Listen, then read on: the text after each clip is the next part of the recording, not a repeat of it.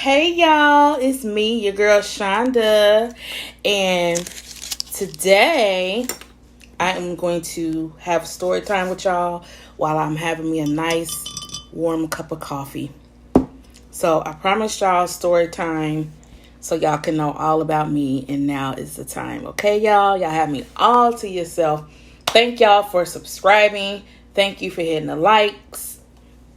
Thank you for leaving me nice comments down below. Thank you for sharing my videos. And thank y'all for hitting the notification so you can always stay notified when I'm uploading and posting these videos for y'all, okay? So, y'all, today is Thursday, July 13th for 2023. All right? I promised y'all a story time. So, I'm just going to cut straight to the story. We're going to sit, we're going to talk, we're going to laugh, we're going to cry, we're going to do a whole lot of stuff. And on that note, let me grab me some tissue real quick. 1 second.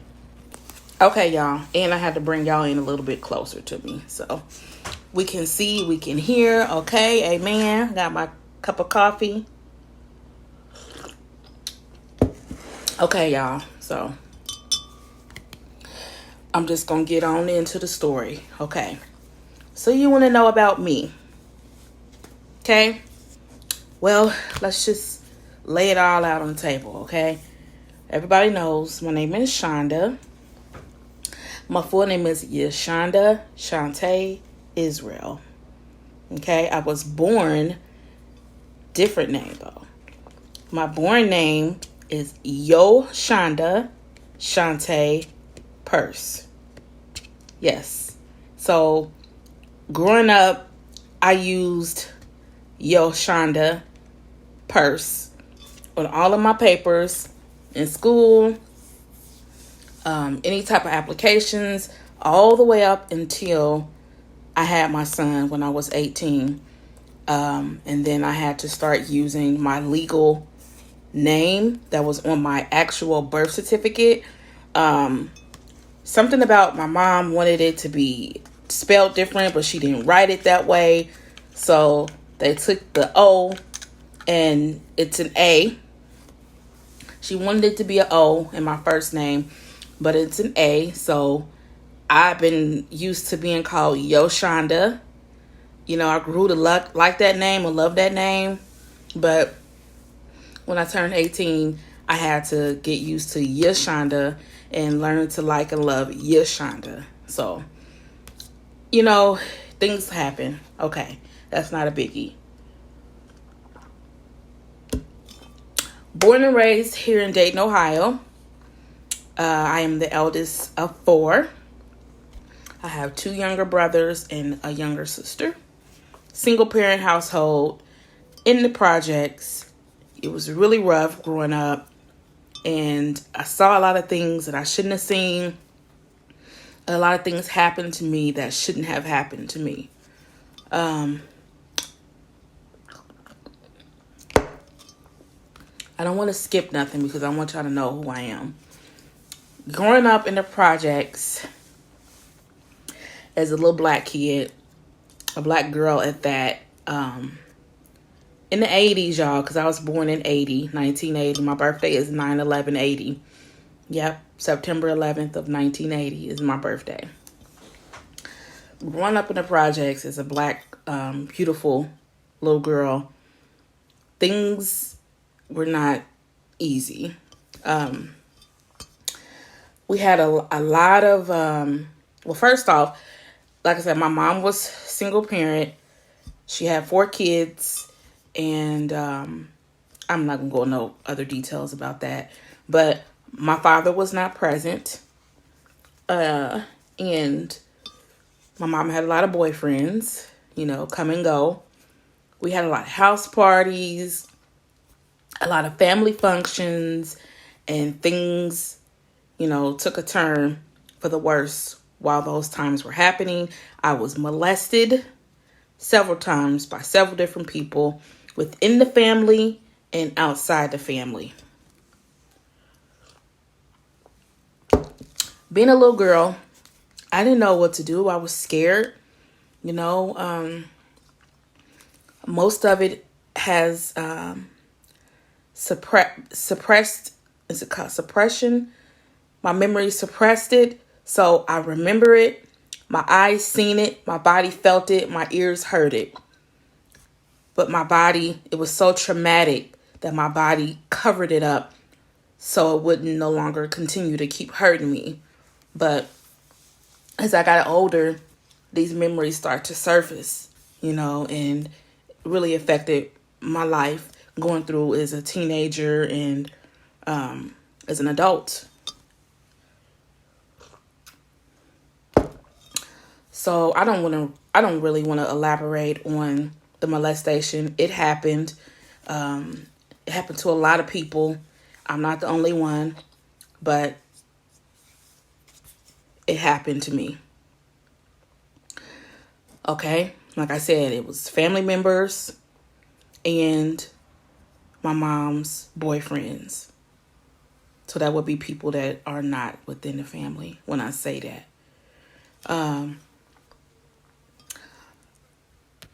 I'm just going to keep it real and raw with y'all. I was abused sexually, mentally, physically, emotionally, and spiritually. And when I say spiritually, because I was a kid that loved to go to church. I love church. But you have to have support, right? You have to have someone to drive you to church, right? My mom wasn't that person. So thank God both of my aunts and great-grandmother were the vessel for that part of my life, okay? I love me some church, and I still do have the church spirit in me. I don't go to church now, but as a kid, I needed to be there, and I wanted to be there, okay? Because I had a lot of stuff going on. I suffered a lot of abuse by the hands of my mom. God loves her. I love her. But I'm keeping it real, raw, and honest with y'all. I was abused. Okay? I was extremely physically abused. Mentally by my mother. And my father as well, because he wasn't present. So that was part of the abuse. Okay? Y'all, I remember, and it was a lot of things thrown on me, a lot of responsibilities thrown on me because I was the oldest. I'm the oldest of my mom's children, and I'm the oldest of my grandmother's grandchildren. So that's 2 titles that I hold on my back, and I held a lot of responsibilities. I was responsible for babysitting. I was responsible for cooking. I was responsible for doing a lot of things that kids shouldn't have to do at a tender age, you know. But y'all, I can remember when I was 14 years old. That's when things started to go wrong and took a turn for the worse for me. I had been abused so bad. I was depressed. We didn't have a lot of money. We didn't have a lot of food. Times were really, really rough and hard. I was extremely, extremely depressed and tired of hurting, tired of the pain, that I tried to commit suicide. Yep. I tried to kill myself. I took an overdose of pills, and it wasn't good. Now, let me rewind it back as to why I did that when I was 14. Let me sip this first before I tell y'all this. One morning, I was woken up by a belt lashing me all over my body, and a voice telling me things that just didn't make sense. Get up. Don't comb your hair. Throw on some clothes. Let's go. Say this, say that. You better do it, because if you don't, you're going to get a butt whooping. Oh my God, right? Oh my God. It was my mother. abusing me, using me for the system. This is real. This is real. These are my actual accounts of these events because I lived through it. I went through it. And it still hurts me to this day. Since then, I have forgiven my mother because she knew no better. She didn't know better. She didn't. But in a way, she did. Because you knew how to manipulate the system and you knew who to choose to manipulate the system with. And that was me. So, y'all, I have to get up. I confused. I didn't know what to do. Scrambling, getting clothes on. I didn't comb my hair. So I went to this appointment. I didn't know I was going into an interview appointment for an SSI check, y'all, for getting disability, for depression and just all kind of stuff. Before this, I wasn't in any counseling or anything. I just was a really sad kid. Went to this appointment. I remember the lady that was asking me all these questions, and I just wasn't saying nothing. I was just sitting there crying. That's all I did. I didn't say nothing, not one word, because I knew what my mom had told me before I went in there. If I said something wrong or did something she didn't tell me to do, that was my butt. Tired of the abuse, so I didn't say nothing. It worked on her behalf because they deemed me disabled. I was forced to go through counseling, medication, and all kind of stuff, y'all. So that was 14. 16, I tried to kill myself again. I took another overdose. This time I was in high school, and I did it at school, and one of my friends told a teacher, and they got me to the hospital. And I, like the first time, I had to get my stomach pumped and everything, and I had to stay. I was admitted into the hospital this time on the psych floor. 16 years old. So, when I say I've been through a lot, I've been through a lot. Watching my mom being abused by her boyfriends was hard. I wish I could unsee a lot of stuff, y'all. I wish I could. But I can't because it's real. And it hurts. Because she didn't know what to do, where to go. And she in turn inflicted all of that pain and hurt onto us.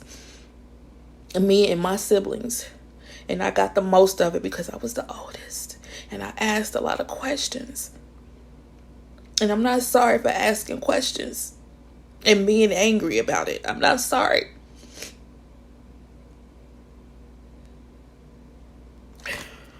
Fast forward, I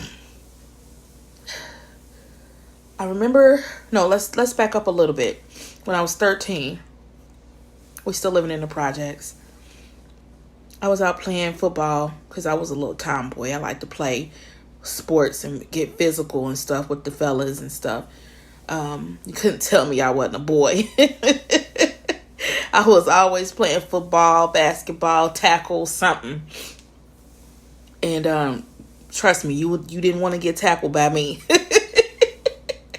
You did not want to get tackled by me. 13. I remember one day I was outside playing, and I had a funny cramp in my stomach. Like, ugh, let me go see what this is. I got a pee, boo-boo, something. So I went in the house. I wiped. And y'all, I was so scared. I saw something I had never seen before. Turns out I was just starting my period. I didn't know. Nobody had talked to me about anything. My mom never sat me down. Nobody never told me about a period. So I got all these tissues I done wiped and set on the top of the toilet. I called my mom and, oh, I'm scared. What is this? She come in the bathroom screaming and hollering at me, popping me up all upside of my head as if I done something wrong. I'm confused myself. I don't know. What is this? What's going on to my body? So she's, get you a pad. You started your period. Just making me feel like it was my fault. And I'm like, what is this? Am I gonna die? I was confused. I didn't know. Still being abused, y'all. That was my memory of starting my period at 13. So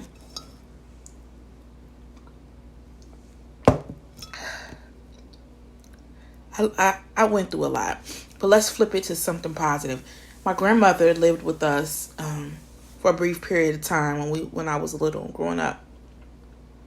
We spent a lot of time with my grandmother. She taught me how to cook.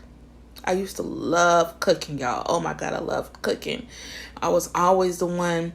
Well, we would all gather around in the kitchen when my grandma was cooking, and everybody else would stay for a short period of time, but me, I stayed the entire time. I wanted to know the process. I studied, I watched, I learned, and y'all, I've been cooking ever since I was 5 years old. 5 years old. I used to taste stuff. She used to let me pour stuff in, stir stuff. Oh my God, I loved cooking. And that's why I love cooking to this day, y'all, because it reminds me so much of what my grandmother taught me and what she instilled in me. And if you don't know me personally, I am a damn good cook and a baker. So ask anybody. Anytime Shonda says she cooking something, I'm cooking. That's all I gotta say. Everybody flies over here. So I love my grandma for that. You know, she did the best she could being a grandmother, and I love her and I thank her for that. And I miss her terribly because she's no longer here with us. She died January 2nd of 2013. So, that's a big part of me too, you know, having my grandmother, because I always looked to her as like my mother. I always felt more motherly when it came to my grandmother.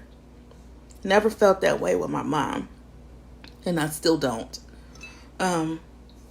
So fast forward, 17 years old, we're finally living in the house, you know, doing a little better because, of course, she beat the system and got SSI and working a couple temp jobs here or there, you know what I'm saying? Just doing a little better off, but not good enough because I dropped out because I had met my husband now. I met him when I was 17 years old, and I met him December 31st of 1997. That's when I met my husband, and we've been together ever since then because the next year I got pregnant and we had our son January 22nd of 1999. We moved very quickly. It's like my husband came into my life at the perfect time. It's like he was my savior, like my earthly angel. I feel like God sent him to me. So I will say this. I got pregnant on purpose so I could get kicked out because I was so tired of living at home. Oh my God, I was so tired of it, y'all. The abuse, the neglect, just everything. I was tired of it. It never sat right with me. It never did. And I knew that was not how you're supposed to be a mom. I knew that. It's like I was taught everything how not to be as a mother, you know? I feel like that. So that's why when I had my kids, I love them. They're the most precious thing that God could have ever given me. Couldn't imagine hurting them. Yeah, they got some butt whoopings if they acted up, but nothing like how I was treated. You know, when we got whoopings, most of the time it was for nothing. We just was just beat. You know, shoes, broomsticks, extension cords, phone cords, anything, whatever she felt like using, she used. That's just not, it's not okay with me, y'all. I have severe PTSD, and I feel like I'm doing good containing myself right now, talking about it. I have been through years of therapy to contain myself and learn how to control it. Here recently, as an adult in my late 30s, is when I learned through therapy how to control my PTSD, okay, and my anxiety. Because I used to not be able to talk about this without crying all over the place and just not making any sense. So I hope this is making sense to y'all. But fast forward, I'm here. I'm 42 years old. I have 2 children. I'm married to my husband. He's the love of my life. Things haven't always, my glasses are fogging up again. This happens when my face get hot. Things haven't always been peachy within my marriage, but it's okay, you know, because the good definitely outweighs the bad. You know, we both did things that we shouldn't have did. We have 2 beautiful children. Both are by my husband. So we have our son. He was born January 22nd of 1999. And then we have our daughter. She's our baby girl. She was born June 17th of 2003, y'all. Yes, those are our beautiful kids. We decided to have children and do the best that we could ever do to raise our kids to love, honor, cherish, and respect us and themselves and others. And I feel like we did a damn good job. I'm very impressed with my children. I'm very impressed with people reporting to me if they happen to encounter my children anywhere out in public.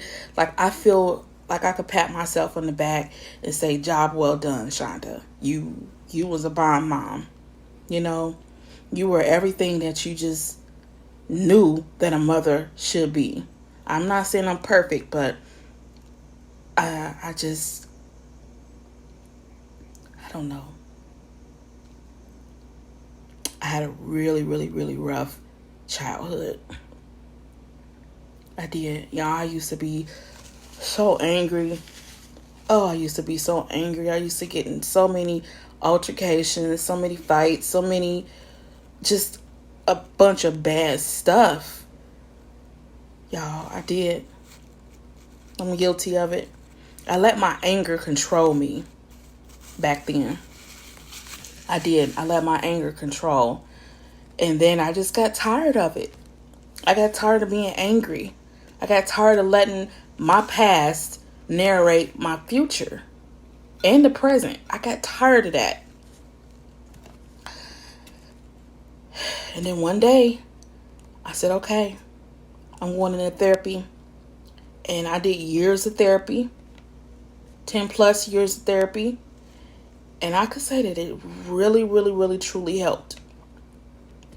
I can only pray that everybody else out there suffering and hurting will do the same thing, because you don't deserve that. You don't deserve nothing that has happened to you that you feel is bad. You don't deserve it. So then I got cancer December of 2022. Yep. So that's where we're at right now. Let's go back a little. I married my husband February 2nd of 2009. We've been together for 25 years, y'all. Coming up on 26 years. That's a long time. We doing life, y'all. I love my husband so much. Oh man, he has been my rock. Even when he get on my nerves, he has been my rock, y'all. When I say my husband really, really showed up when I got cancer and I had to go through chemo, it felt like he was literally picking me up and carrying me all the way through. That's how it felt. I had to learn how to love because I was given so much hatred at such a young age. I had to learn how to love. And I had to learn how to receive love because it didn't always work out like that when I met my husband. You know, I was really shy. I didn't know how to be around his family. The anxiety was through the roof, y'all. I'm telling y'all, it was so bad. I used to sit in the car. I used to be so scared. Like, I didn't know how to love. And I didn't know how to receive the love because they were always so nice to me. They never did anything wrong or anything bad to me. Always made me feel like family from the very first day I met everybody. It was just things that I had traveling along with me from where I came from. But I'm here today to let you know, you don't have to let your past define you. You don't. You have to fight through that. And if you're okay with it and you content with how you are, how it's eating you up on the inside, then so be it. But if you're a person that know that it ain't right, because that's how I always felt like this is not right. I just knew it. I'm like, this is not right. So when something's not right, what do? You change it. You change the narrative. You rewrite. You go in there and you rewrite it. And that's exactly what I did. And that's exactly what I'm doing. So I'm speaking to y'all from a positive, kind, changed heart. A loving heart. Understanding, forgiving, patient, and a godly heart, most of all. If he's working in me and on me, he can work in you and on you. Don't forget that. This coffee is so good.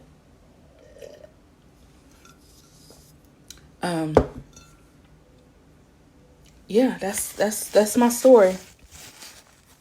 And I'm sticking to it. I've learned a lot over the years. I'm still learning. But I got a lot of wounds on my back, y'all. A lot of wounds on my back. Okay? And I'm still here. I'm still standing. With a smile. Drinking my coffee.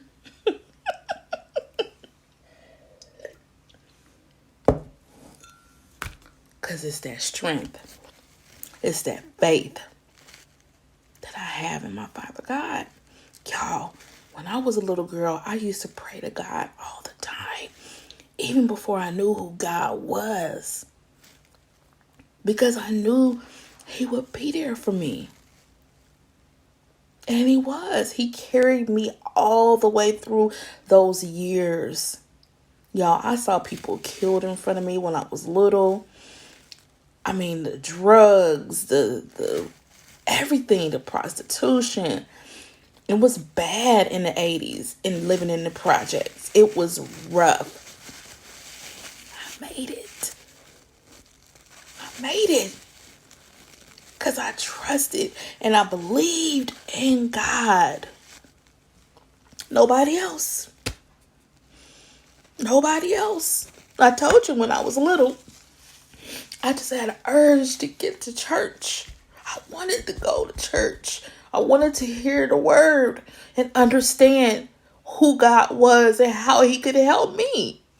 Where else was I going to go for help? I was being tortured as a kid.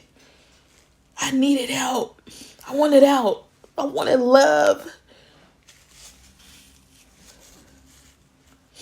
The things that I went through, I wouldn't take back because they are who will help shape and mold me into the woman that I am today, into the mother that I am today, into the wife that I am today, into the daughter that I am today, into the sister that I am today, into the granddaughter that I am today, the niece that I am today, the cousin that I am today, the friend that I am today, the sister-in-law, the daughter-in-law, the cousin-in-law that I knew I could be. And I'm proud of myself for believing, because I still do believe. I never give up, y'all. I never give up. And I don't want y'all to give up. It's so much more I could tell y'all, but that's just the surface. And I'm just here to tell you, look at me. If he brought me through, he can bring you through. Okay? Let's not go on living our lives blaming people for things that happen to us. It's okay to talk about it. You got to get it out. But we must move on. We must move forward. Okay, release that and be done with it. You know? Be done. Let's do something different. Let's do something new. Fresh. Okay? We only get one life. My motto is YOLO. You only live once. Y'all better live y'all's lives, okay? And I'm going to get up out of here because I got stuff to do too, because this is my life. Okay? I love y'all. I want y'all to stay strong, stay positive, keep your faith high in God. Trust and believe in him. I'm telling you, he will never, ever fail you. He was there for me. He's still there for me. And I thank God. I thank him. Ooh, y'all have no idea the miracles that he has brought to me. You hear me? And I'm here to live to tell it. This was my testimony. I hope y'all enjoyed this story. I cried just a little bit. I only used one tissue. I had a whole stack, but I only used one little tissue. That's progress. That's growth. I'm so proud of myself. And I want you to say that to yourself too. I love myself and I'm so proud of myself. I love y'all. Stay safe. Stay healthy. Stay blessed. Deuces. God bless all of y'all. I love y'all so much. Until next time.